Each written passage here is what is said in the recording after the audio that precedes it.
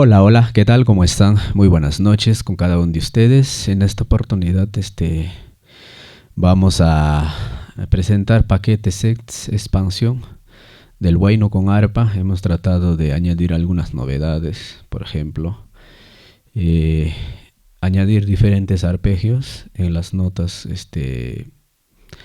correspondan, ¿no? En las notas, que se pueda tocar, ¿no? Y voy a improvisar a modo de demostración una melodía, un acorde cualquiera, clásico. Bueno, dice así. Balger Music, ritmos y samplers, Yamaha, Korg PA, Casio y Medley.